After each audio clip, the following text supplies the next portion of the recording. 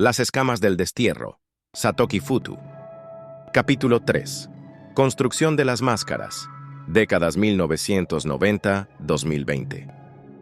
La noche en que el muro de Berlín cayó, un hombre alto, de porte elegante y acento indefinible, se apeó de un coche en una calle lateral cerca de Alexanderplatz. Se hacía llamar Goran Bekic, pero en realidad era Gorbek, el exiliado Kritari. Su objetivo era sobornar a un funcionario comunista rezagado que todavía custodiaba archivos sobre operaciones clandestinas en Europa del Este. Bajo la luz mortecina de un farol, el funcionario lo esperaba con la mirada cansada, observando los restos de euforia de las calles berlinesas. Gorbek abrió un maletín repleto de marcos alemanes y antes de entregarlo, deslizó un sobre con documentos falsificados. El funcionario le pidió explicaciones sobre por qué un empresario deseaba tanta información histórica y obsoleta. Gorbek, con un leve temblor en las pupilas, explicó que necesitaba rastrear propiedades estatales en proceso de privatización. «El futuro de este continente se juega en quién maneje los archivos», dijo con un acento tan pulido que resultaba inquietante. El hombre asintió, y la transacción se selló con un apretón de manos. En ese gesto, Gorbek sintió un escalofrío. Mordisquear a aquel humano para controlarlo hubiera sido más simple, pero recordaba los contratiempos de los últimos años y lo arriesgado que resultaba. Comprobó, por enésima vez, que la mordida no siempre funcionaba bien en situaciones estresantes, y prefería no repetir errores como los de Terix o Zaert. Su nueva estrategia era la discreción y la compra de lealtades. Mientras Gorbek extendía sus redes financieras y políticas por Europa y Asia, Sagniera exploraba las capitales del este, donde acababa de nacer un torbellino de caos político tras la caída del bloque soviético. Adoptó la identidad de una asesora diplomática. Gracias a su habilidad para las lenguas y su carisma entrenado, se abrió paso en negociaciones que determinaban el futuro de países recién independizados. En una ocasión, en 1993, fue invitada a una reunión secreta con dirigentes locales que deseaban imponer su propio régimen autoritario. Dentro de un salón de aspecto decadente, con tapices raídos y olor a tabaco fuerte, los vio debatir en murmullos. Cansados de no entenderse, le pidieron consejo.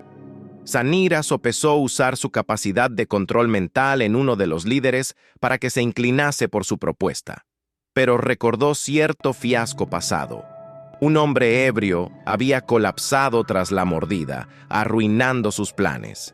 Al final, con una sonrisa enigmática y un tono hipnótico, optó por la manipulación verbal sutil. Ninguna saliva reptiliana, ningún riesgo de desmayo, solo su mente analítica y la seductora promesa de un futuro dorado.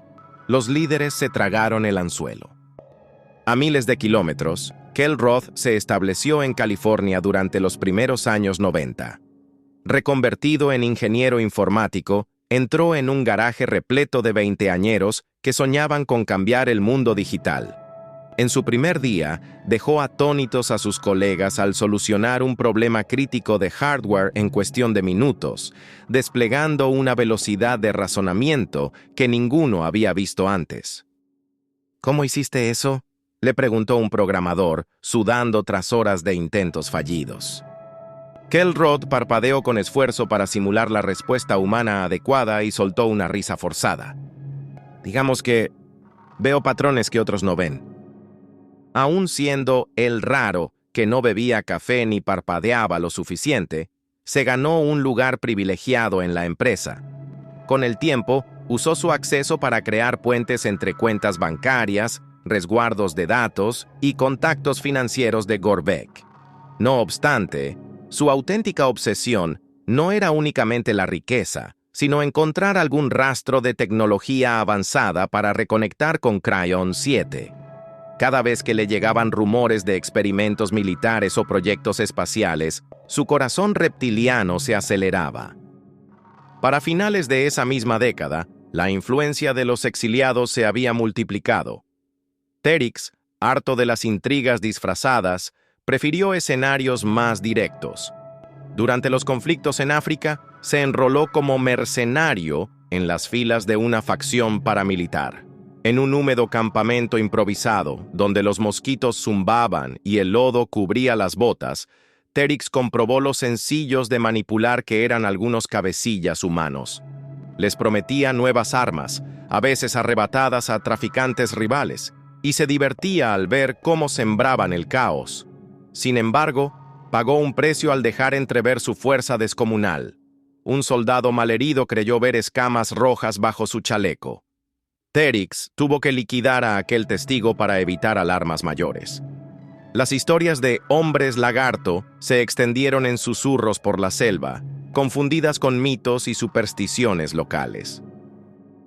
En una esquina del globo, Saert transitó entre el narcotráfico latinoamericano y la trata de armas internacionales.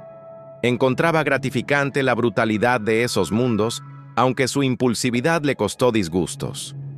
Cierto anochecer de 1995, en el subsuelo de una discoteca de Río de Janeiro, mordió a un mafioso borracho con la intención de robarle datos bancarios.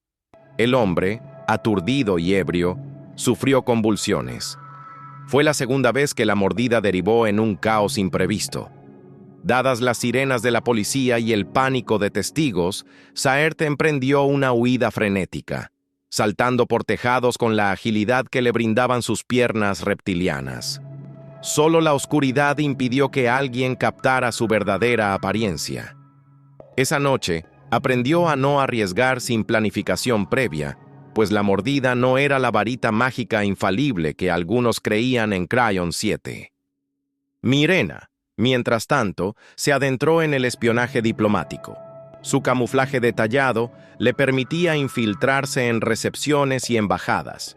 Aprendió a gravitar alrededor de pasillos alfombrados, escuchando conversaciones en susurros y recolectando secretos que luego vendía a quien pagara mejor. En 1998, un bombardeo golpeó un edificio donde ella se reunía con un contacto rebelde. En medio del polvo y la adrenalina, casi perdió el control de su metamorfosis. Sintió la piel humana temblar y desdibujarse, sus escamas asomando en el rostro. Por fortuna, el humo cegó a los supervivientes y logró esconderse. Después de ese incidente, comprendió que el estrés podía forzar sus células reptilianas a emerger, un peligro que incrementaba cuanto más se involucraba en conflictos intensos. Israel eligió un camino diferente. Habiendo constatado el poder de la fe en ciertos pueblos, decidió erigirse en líder espiritual. Cambió de identidad varias veces. En India, fue un maestro de meditación, en Sudamérica, un chamán, y en Europa, un místico que combinaba doctrinas orientales con sincretismos modernos. En cada transformación, reclutó seguidores devotos que creían en sus dones. Su saliva, usada con discreción en algunos rituales de sanación, no convertía a la gente en zombies, pero les dejaba una extraña sensación de dependencia y reverencia. Israel se cuidaba de no abusar de ese control mental, pues bastaba un fallo para desencadenar sospechas. Con el tiempo, amasó un ejército de fieles que, sin saberlo, servían a un reptiliano encubierto. Para cuando el siglo XXI emergió con su oleada de avances tecnológicos y globalización, los 7 ya tenían bases de poder bien cimentadas. Sin embargo, cada uno arrastraba sus propios roces con la sociedad humana y con sus hermanos exiliados. Gorvek exigía cooperación para formar un verdadero imperio global, mientras Sanira disfrutaba demasiado del caos político como para plegarse a un solo plan. Kelroth invertía recursos en proyectos ultrasecretos, soñando con restablecer contacto con Cryon 7.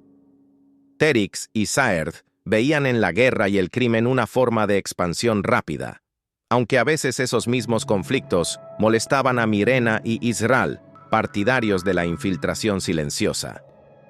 En los foros de Internet, voces disonantes empezaban a contar historias de reptilianos, Un periodista caído en desgracia, Harriet Quincy, publicó en 1999 un artículo sobre gentes escamosas en zonas de conflicto. Un exmilitar, traumatizado por la visión de un mercenario sobrenatural, dejó mensajes en tablones conspiranoicos. Un científico europeo, Lucas Brandt, perdió su puesto tras insistir en que había hallado ADN no humano en unas muestras clínicas. El mundo, saturado de noticias, ridiculizaba estos relatos. Pero poco a poco, algunas mentes curiosas comenzaron a conectar cabos sueltos. Mientras tanto, Kell Roth borraba huellas digitales de las transacciones de Gorbeck, Sahnira y otros. Trataba de proteger a los 7 de la incipiente búsqueda de hackers independientes que rastreaban anomalías globales, como transferencias millonarias sin explicación, o análisis de sangre con compuestos genéticos anómalos. En una ocasión, Kell Roth localizó a un hacker anónimo que se acercaba peligrosamente a descubrir uno de sus servidores. Decidió bloquearlo, sin saber que esa persona se convertiría más adelante en uno de los fundadores de la futura resistencia, Eclipse. Para 2010, los 7 habían alcanzado un control significativo en finanzas, corporaciones de energías y laboratorios de investigación genética. Sin embargo, convivían con una paranoia creciente. El auge de las redes sociales y el periodismo de investigación multiplicaba el riesgo de filtraciones. Ya no bastaba con silenciar a un soldado o sobornar a un político. Cualquiera, con un teléfono en la mano, podía grabar un descuido reptiliano. Los exiliados se reunían esporádicamente en lugares secretos, como un chalet remoto en Suiza o un lujoso yate en el mar Egeo. Las discusiones se volvían tensas. «Necesitamos una sola estrategia a largo plazo», alegaba Gorbeck. «Tus planes centralizados huelen a Crion 7. Este mundo no funciona así», replicaba Sahnira con cierto desdén. Otros, como Terix, se mantenían en silencio, deseando que llegara el momento de usar la fuerza de forma decisiva. Israel, por su parte, insinuaba que la fe y el fanatismo podrían ser armas más poderosas que cualquier mordida.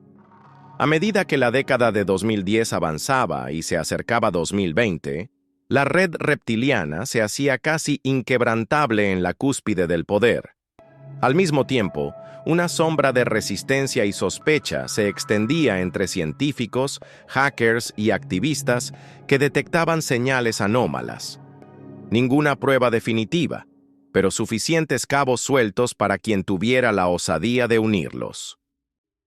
Cada exiliado enfrentaba su propio dilema: seguir colaborando con la camarilla y encubrir las actividades del resto, o perseguir ambiciones propias que chocaban con la misión original de reconquista. La Tierra se había convertido en su tablero de ajedrez, y ellos en el grupo de piezas más poderosas. Pero tal dominio no los hacía invulnerables. Más bien, los exponía a un peligroso juego donde cualquier revelación pública podría provocar su caída, o su siguiente mutación hacia la conquista total. Así cerraban las décadas que desembocaban en 2020, con los 7 erigiendo fortunas y redes clandestinas, y el mundo real gestando su primera gran ola de escepticismo y rebelión. La escena estaba lista para que, en la inminente década de 2030, los rostros reptilianos bajo las máscaras se vieran amenazados por filtraciones, videos virales y un hacker que asomaba la nariz tras cada transacción. Todavía se creían lejos del desastre, amparados por su ingenio y la división humana, pero la semilla de la resistencia estaba plantada. El choque era inevitable, y con él, el destino tanto de la Tierra como de los exiliados de Crion 7.